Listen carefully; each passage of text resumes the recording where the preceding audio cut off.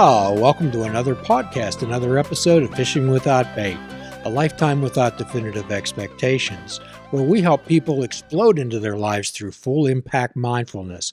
We're not looking to help people find themselves. We're helping to look people create themselves. If you have the honesty, open-mindedness, and willingness to try, welcome aboard. That's the price of admission. I'm Jim Ellermeyer. I'm a behavioral health therapist.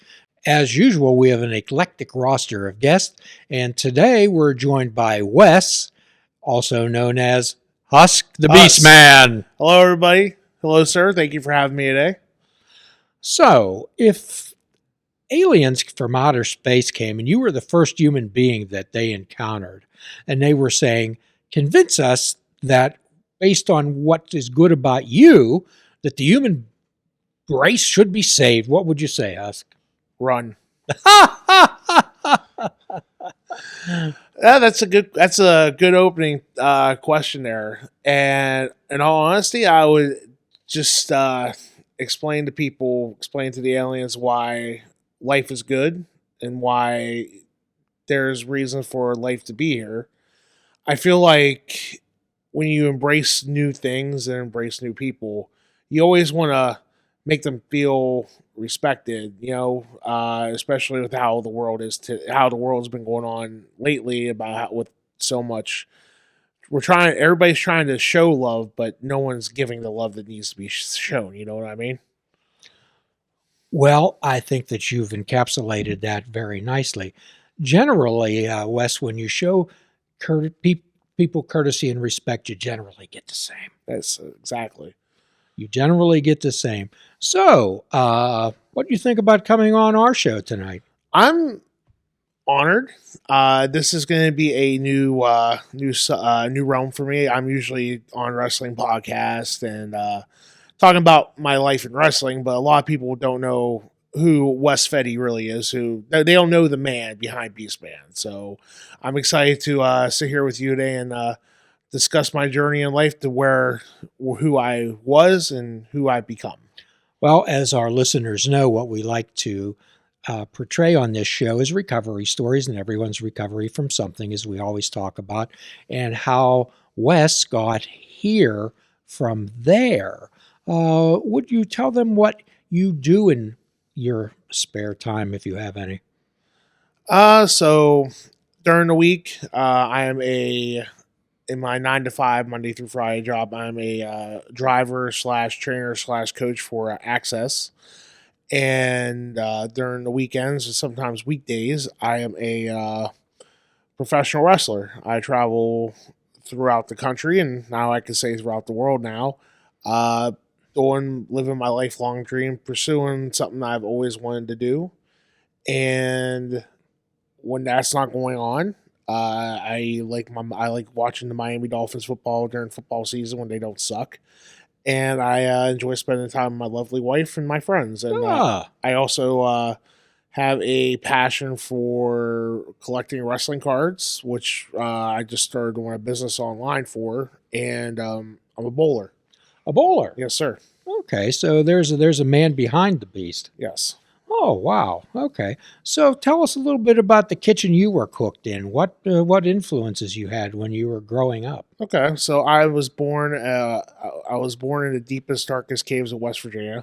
No, that's usually my go-to line whenever I start, whenever people ask about where I came from and everything. I was born in a July 17th, 1986 in a small hospital in Wheeling, West Virginia.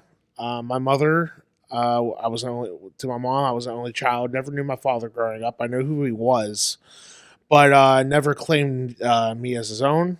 Never. I've always been that person that's never been ashamed to say that. Like, I know a lot of people have. I would not say have issues, but I've never had like an issue of like, oh, I don't know who my father is, because he was like, I always grew up with my grandparents and then my mom, so that was my family, and I never knew really who the other side of my family was until like later in life, and even to this day I still don't talk to them. I grew up living with my grandparents and my mom. My mom worked a 9-to-5 job. We all lived in the same house. My grandparents, for the first like 6, 7 years, really took care of me. I was really close to my grandmother, and like when I would say 5 years old, um, I saw wrestling on TV for the first time and been in love with it. I was like an awestruck seeing like Hulk Hogan and Macho Man Randy Savage, and um, always wanted like I didn't know this was like what I wanted to do, but it was like something that was like the first thing I really truly had interest in life, like that I could remember like falling in love with. And then I remember my mom getting tickets to see at the Wheeling Civic Center. I got to see Hulk Hogan versus Sergeant Slaughter. Very first time ever getting to see Hulk Hogan. Probably the only time I ever seen Hulk Hogan live. And that was like in 1990, 89, 90, I think it was. Um, and I've just been in love with it ever since. And like I don't talk like when it comes to like my personal life. Like growing up, my grandparents died when they were young. My grandmother died from a stroke, and my grandfather died from bone cancer. And then after when that happened, my mom ended up. She was really the only one I had to raise, and I never, like I said, never knew my father, and I grew up an only child, never had no siblings, and I was kind of used to being the spoiled little brat, getting what I wanted, and always wanting but I always had like a problem of like wanting to get like the attention on me because I had that at home, but everywhere else I went never had that. And I was like that. I sometimes every now and then like you can my only child syndrome will pop up, and but that's just who I am as a person. I mean, I can't really change it, no matter how mature I get with age, and um, how I like it. No matter how mature I get, and like what life lessons I've learned, I've always still will have that like entertainer like part of me like wanting like have like the spotlight on me every now and then. And that's just something like I've always had. But like I've also learned over the years to it's it took a long time to realize it's not about me, it's about others. And I have a passion for helping others out. Like I don't like especially in wrestling.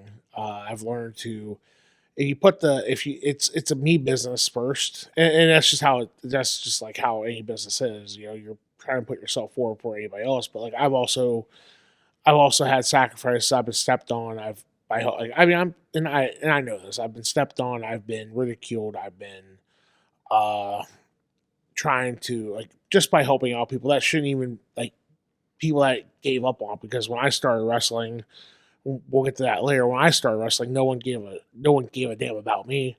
I started out a way that a lot of people don't, and I was shit on, ridiculed, stepped on. No one gave me a chance. I had to like fight for what I have, and like I know we'll get to that later. It's just like back to what I was talking about in my personal life. Like my first name's George, and I went by George. I think there was like a couple years in my life where I was like, oh, you know what? I'm trying to change the person who I am. I'm just going to go by George from now on. And unfortunately, just didn't simmer well. I've always had a um, growing up when I was older. I mean, my teenage years, like wrestling was always there for me. I love football, I love sports. Had my wasn't the most popular kid in school because I really didn't like. Like I said, I was just trying to be that kid that wanted to have the attention on me, be the center of attention. And what ended up happening was like I became like the annoying kid that no one liked, and that's fine. You live and learn. I was one of those kids that like didn't want to be alone, and this was like when, like I said, this back when like I didn't really have like a lot. My mom would work all the time and was home by myself. I think the only time I really ever got to go out, I get to go to the roller derby, go rollerblade at the roller derby every now and then down in Moundsville if I can go out and just like cause mischief in other places. Like my mom, she struggled. Like she worked the same job until the not even 10 years ago till her hospital closed down and got sold, and she's good now. Like she's getting ready to retire. She got a good job with the city for the last 10 years, and she's going well. So she's fine about that. But like, when I was for a while, like for a long time, we were like it was rough. And what I mean by rough is like she was trying to find love herself, and she got caught up into some bad things. Her boyfriend at the time, who I did not like, was heavy into drugs. Would sell drugs in our house. There was a couple of times where our house got raided by the police for searches and stuff like that. And my mom is she is the heart, like my heart and soul. Like she is probably my like all my like she's me. I'm her. I'm hers. And I'm sure that you hear that with everybody. And it's like it was so hard to like see her. The worst thing I ever seen in my life, and what was rough was seeing my mom get hit by that guy. And I'm 12. I'm like 10 years old. Like not 10 years old. I'm sorry. I'm like 13 years old. And I wasn't even like built. I wasn't even hit my growth spurt yet. And like trying to like seeing that right in front of my eyes and like trying to like stop her. And I get thrown up against a wall, and it was like probably one of the more traumatic moments in my life. And like a lot of things from there is like I can't stand like it's a trigger for me. Like I can't stand like seeing seeing a man hit a woman. Like it triggers me, and it just ekes me, and it just pisses me off. And it's just like something like that's always been embedded in me. And like especially in wrestling, like we have stuff now where like men are wrestling women. I can't stand it because of that. I can't stand a man hitting a woman, and it pisses me off so much. Like even if I know it's a work, like I still can't be around it. And so fast forward, like went to high school. Well, let's stop just for a moment.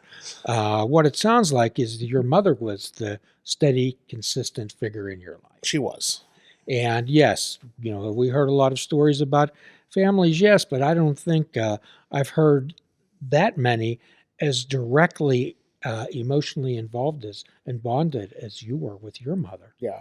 Me and my mom didn't really have a strong relationship until probably like I would say our relationship really like grew after like when I was when I was in high school, when because she did a lot. I mean, she did a lot. I don't give her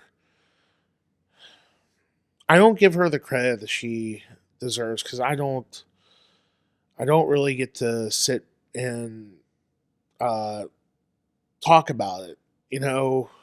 Like she worked at a hospital, night shift, day shift, overtime, just to pay rent by herself and put food on the table and make sure we had cable so I could watch TV, because it's really all I did much. Like if it wasn't, I when I went to high school, when I graduated, I didn't get a diploma because we owed school back money on tuition. I went to a private school, and she had to get a loan out, and just to be able, like, she had to get like $5,000 out just so I could get my fucking high school diploma. She's gonna have to do that, and like, I think you're paying a nice tribute to your mother right now, Wes. Yeah. Sorry, I wasn't. You don't have to be sorry about anything. You're speaking from your heart. Yeah, and everybody says I have a big heart, but they don't understand like how big it really is. And I lived with her until probably about on and off. Like after high school, I moved out, moved back in, but I mainly stayed home and lived with her. 20-something, 30-something year old kid. 30-something year old man living at home with his mom. That's really gonna sorry, I don't mean to curse. That's really gonna do your thing. That's really gonna attract people to be with you. But here's the thing, my mom still struggles. She still struggles, not as much anymore because she was struggling for the longest time. I stayed at home. It's not like I was living there for free. I helped pay bill. I mean, I helped her with the bills. I paid her cell phone bill. I paid her car insurance bill. I paid her cable bill.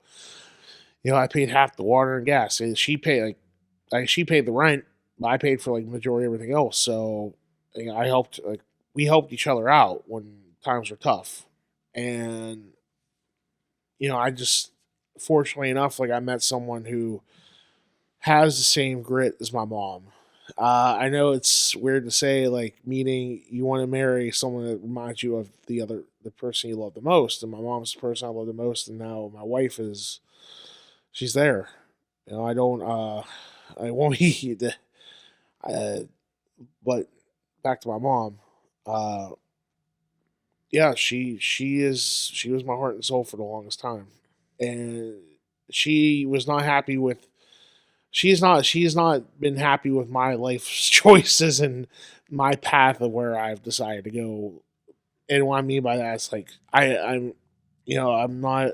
I'm happy to say I know you said this is about recovery, and like I've never touched a drug in my life. I've never smoked a cigarette. I mean, I drink. That's my, if I have a vice, that's it. But I'm not a big social drinker. I'll drink on special occasions. And uh, Wes, it sorry, sounded like you dealt with loneliness when you were young. yeah, a lot. And I've learned to embrace loneliness. I've never. It doesn't. It's not a. It's not a. It doesn't hurt me being alone because I grew accustomed to being alone and being okay with it.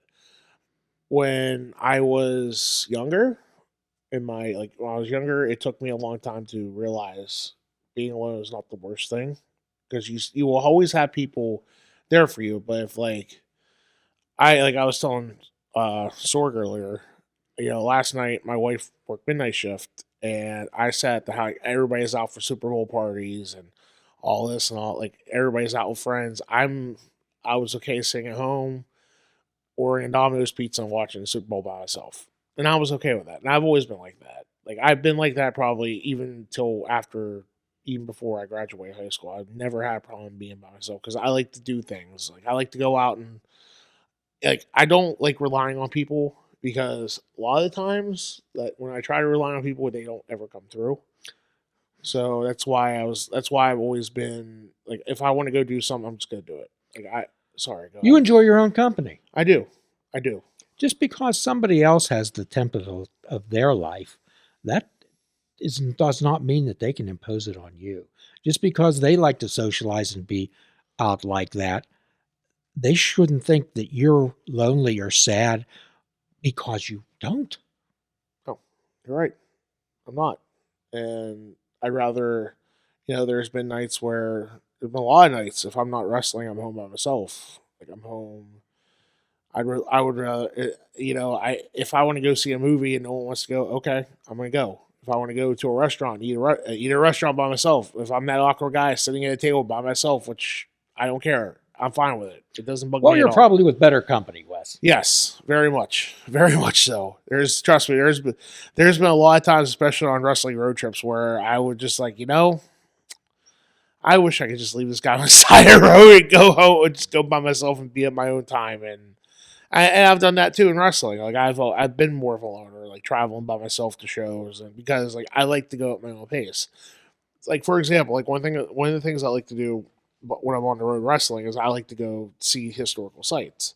If I'm going to Charlottesville, Virginia, well, I'm not far from where Monticello, where Thomas Jefferson lived. Ah, If I want to go to Monticello, I can go 2 hours out of the way for coming home. Or if I want to go to, if I'm in Detroit, I want to go to the Henry Ford Museum. Before I go home, I'm going to go check that out, because that's stuff that I'm never, like, that's stuff that, like, that's places, like, I'm never plan on going to see. So that's stuff I like to do. But, or if I like to go to a toy shop or vintage toy shop to go look at toys or buy wrestling cards, sometimes you're gonna have guys like, I don't want to go anywhere. I want to go home because I'm boring and I don't have friends, and it's not like, or I'm miserable and I don't want to be with people because something doesn't go their way. I got friends like that, but you know that's why, like, okay, I'd rather, like, my wife, same thing. She is a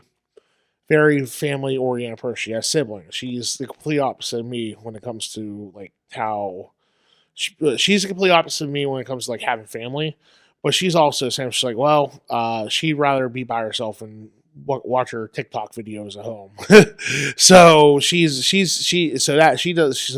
same with me. Like if I got something going on, she's okay with staying home. If I have something, if she has something going on, and I don't want to go, she knows I'm okay with just staying home. I'm not going to be like bored to death. It's really important that partners have separate interests. Yes, very much so. And allow the other person to be an independent human being. Yep. So, how did you meet her? And we're going to continue our conversation with the Beastman next week. And here's a free prescription that you can cash anywhere. Fruits, nuts, and vegetables. Unplug your television and take up fishing. And for a truly mindful experience, we suggest that you fish without bait.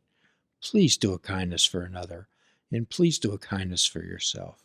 Please forgive yourself, and please forgive another. Remember, till all are free, none are free. Namaste, my friends. Please check out our website at fishingwithoutbait.com, where you can listen to the show, comment on our discussions, and find out where you can subscribe to our podcast. If you're interested in flying the colors of Fishing Without Bait, click the shop icon on our website. We have clothing, mugs, cell phone cases, and so much more. Show the world that you fish without bait. This show is a member of the Sorgatron Media Podcast Network. Find out more at sorgatronmedia.com.